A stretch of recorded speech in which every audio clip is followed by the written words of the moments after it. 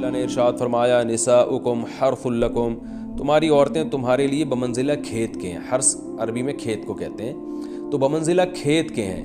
جیسے بیج ڈالا جاتا ہے کھیت میں اور اس سے پیداوار بڑھتی ہے، تو عورت کی جو ایک حیثیت ہے، نیچر نے جو اس کی ایک حیثیت متعین کی ہے، وہ بھی ایک نسل بڑھانے کا ذریعہ ہے، جس میں مرد کا جو اسپم ہے وہ بطور بیج کے ہے اور جو اولاد ہے وہ ایک پیداوار کی طرح ہے. تو اللہ نے یہ یاد رکھیں، اس آیت کو نا بہت سارے غیر مسلموں نے عورت کے خلاف بہت نیگیٹیوٹی پھیلائی ہے کہ دیکھو اسلام عورت کی توہین کرتا ہے، اس کو کھیتی سے تعبیر کرتا ہے. تو کچھ لفظ کسی اور زبان میں جب وہ جاتے ہیں نا تو وہ توہین کا معنی دیتے ہیں. عربی میں جو حرث کا معنی ہے یہ تعظیم کے لیے ہے، توہین کے لیے نہیں ہے. اردو میں جو کھیتی کا معنی ہے وہ توہین کے لیے استعمال ہوتا ہے. کھیتی یعنی جو پاؤں میں روندی ڈالنے والی، اور زمین جو ہے نا پاؤں میں گویا روندی، اس کو روندا جا رہا ہے. تو اس لیے اس کا اردو میں بالکل اسی طرح جو لوگ ترجمہ کر دیتے ہیں کہ عورتیں تمہاری کھیتیاں ہیں، تو یہ ترجمہ میرا خیال ہے اس لیے درست نہیں ہے کہ اردو میں اس کا مفہوم ہی چینج ہو جاتا ہے. یعنی گویا ایک عزت کے لیے جو لفظ اللہ نے استعمال کیا وہ ذلت کا ذریعہ بن جاتا ہے. تو اس لیے کسی بھی زبان میں جب ہم کسی بھی لفظ کا ترجمہ کرتے ہیں تو اس زبان کے ہمیں محاوروں کو دیکھنا چاہیے کہ اس زبان میں یہ لفظ کس معنی میں استعمال ہو رہا ہے. مثال کے طور پر ہو سکتا ہے کتا کا لفظ کسی زبان میں وفاداری کے لیے استعمال ہوتا ہو، کسی کو لوگ ڈاگ کہتے ہوں تو اس کا مقصد ہوتا ہے وفادار انسان ہے، لیکن ہمارے ہاں اردو میں گالی ہے وہ، اور آپ بولیں کہ بھئی وہ فلاں قوم ڈاگ کہتی ہے تو ہم کتا کہیں گے، تو آپ جب اس کا ترجمہ اردو میں کریں گے تو کتے سے نہیں کر سکتے. تو اسی طرح یہ عربی کا جو لفظ ہے اس میں بھی یہ چیز یعنی ملحوظ رہنی چاہیے. تو اس لیے اس کا ترجمہ کیا جائے گا تمہاری عورتیں تمہارے لیے پیداوار بڑھانے کا ذریعہ ہیں، نسل بڑھانے کا ذریعہ ہیں. فاتو حرثکم، تم اپنے اس نسل بڑھانے کے ذریعے کے پاس آؤ، انا شئتم، جیسے چاہو، وقدموا لانفسکم، اور اپنے نفسوں کے لیے آگے بھیجو، یعنی اولاد کی نیت سے آیا کرو زوجہ کے پاس اور آخرت کے لیے انتظام کرو، یعنی اولاد پیدا کر کے جو تاکہ دنیا اور آخرت میں تمہارے لیے، فیوچر میں تمہارے لیے کام آئے. دنیا بھی داخل ہے، آخرت بھی داخل ہے. تو اس آیت کا بھی ایک شان نزول ہے کہ صحابہ کرام تو چونکہ جو خواتین تھیں مکہ میں صدیوں سے وہ لوگ آباد تھے، ان کے سفر خاص طور پہ عورتوں کے سفر بہت ہی کم ہوا کرتے تھے. تو جب ہجرت ہوئی ہے اور جو ہے نا ہجرت کر کے بہت ساری صحابیات مدینہ آئی ہیں، تو مدینہ میں ان کے نکاح دوسری قوموں میں ہوئے، پھر انصار صحابہ سے بھی ہوئے.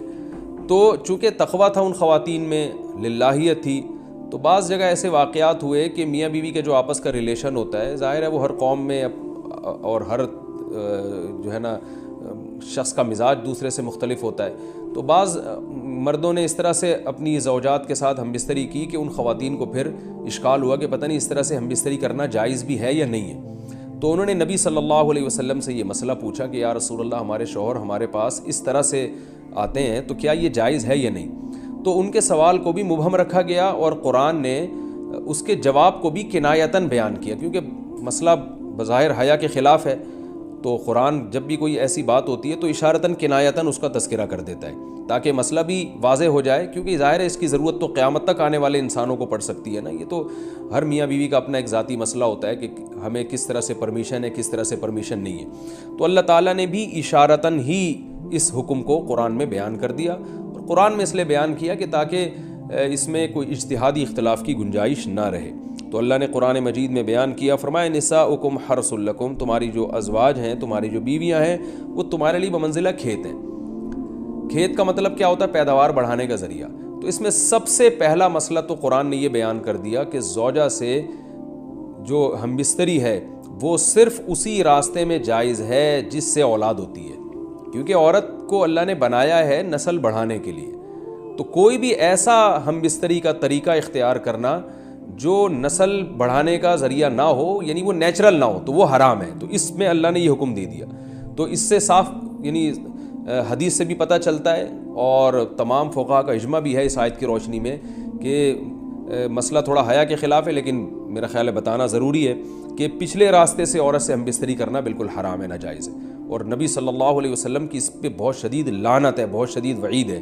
تو یہ بالکل اللیگل ہے اسلام میں کہ عورت کے پچھلے راستے سے اس سے ہم بستری کی جائے. جو لوگ لڑکوں سے بدفعلی کے عادی ہوتے ہیں ان کو یہ ایک چسکا لگ جاتا ہے تو یہ حرام ہے، ناجائز ہے، کیونکہ اللہ نے بتا دیا کہ یہ تمہارے لیے بمنزلہ کھیت کے ہیں۔ تو اس میں قرآن نے وہ جو سوال تھا نا اس کی طرف اشارتاً جواب دے دیا، اور آگے فرمایا فاتو حرثکم، تم اپنے کھیت کے پاس آؤ، یعنی پیداوار بڑھانے کا جو ذریعہ ہے اس جگہ کی طرف آؤ، انا شئتم، جیسے چاہو، یعنی باقی جس طرح سے تم چاہو زوجہ سے ہم بستری کر سکتے ہو، اس میں کوئی خاص طریقہ متعین نہیں ہے، میاں بیوی کا ایک دوسرے سے کوئی پردہ نہیں ہے، ہن لباس لکم وانتم لباس لہن، یہ دونوں ایک دوسرے کے لیے لباس ہیں، تو اس میں طریقہ کار کوئی بھی ہو سکتا ہے، کسی بھی طرح سے کرنا چاہو ایک دوسرے سے لطف اندوز ہو سکتے ہو، لیکن فاتو حرثکم، آنا موضع حرث میں ہے۔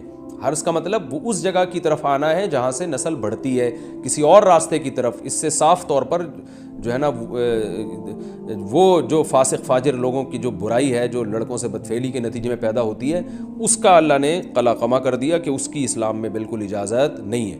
باقی طریقہ کار کیا ہوگا یہ تمہارے اوپر، اس کی اللہ نے تمہیں اجازت دی ہے۔ وَقَدِّمُوا لِأَنفُسِكُمْ، اور چونکہ بار بار حرث کا تذکرہ ہو رہا ہے کہ نسل بڑھانے کا، تو اس لیے اللہ نے فرمایا کہ قدموا لانفسکم، اپنی ذات کے لیے فیوچر میں انتظام کرو۔ قدموا کا مطلب آگے بھیجو اپنی ذات کے لیے سرمایہ۔ کیا مطلب؟ کہ جب زوجہ سے ہم بستری کرو تو نیت اولاد کی ہونی چاہیے، تاکہ وہ اولاد دنیا میں بھی اور آخرت میں بھی تمہارے لیے ذخیرہ بن جائے۔ تو یہ نسل بڑھانے کی بہت زبردست ترغیب ہے اس آیت میں، اور اس آیت میں اللہ نے عورت کا کہ بہت ساری ذمہ داریوں میں سے ایک بڑی ذمہ داری کا بھی بیان بتا دیا کہ عورت کو اللہ نے بنایا ہے، جو مرد اور عورت کا جو فرق رکھا ہے نا، اس فرق کی بڑی وجہ یہی ہے کہ مرد کے اسپم کو اللہ نے بیج کے طور پہ پیدا کیا ہے اور عورت کو اللہ نے زمین کے طور پہ۔ تو بیج اور زمین کے ملاپ کا بنیادی مقصد ہی نسل بڑھانا، پیداوار بڑھانا ہوتا ہے، نہ یہ کہ نسل روکنا۔ آج فیملی پلاننگ والوں نے اس آیت کی دھجیاں اڑا دی ہیں، اور جو پوری دنیا میں ایک بیہودہ قسم کی تحریک چل رہی ہے، یہ آیت بالکل اس کی نفی کر رہی ہے۔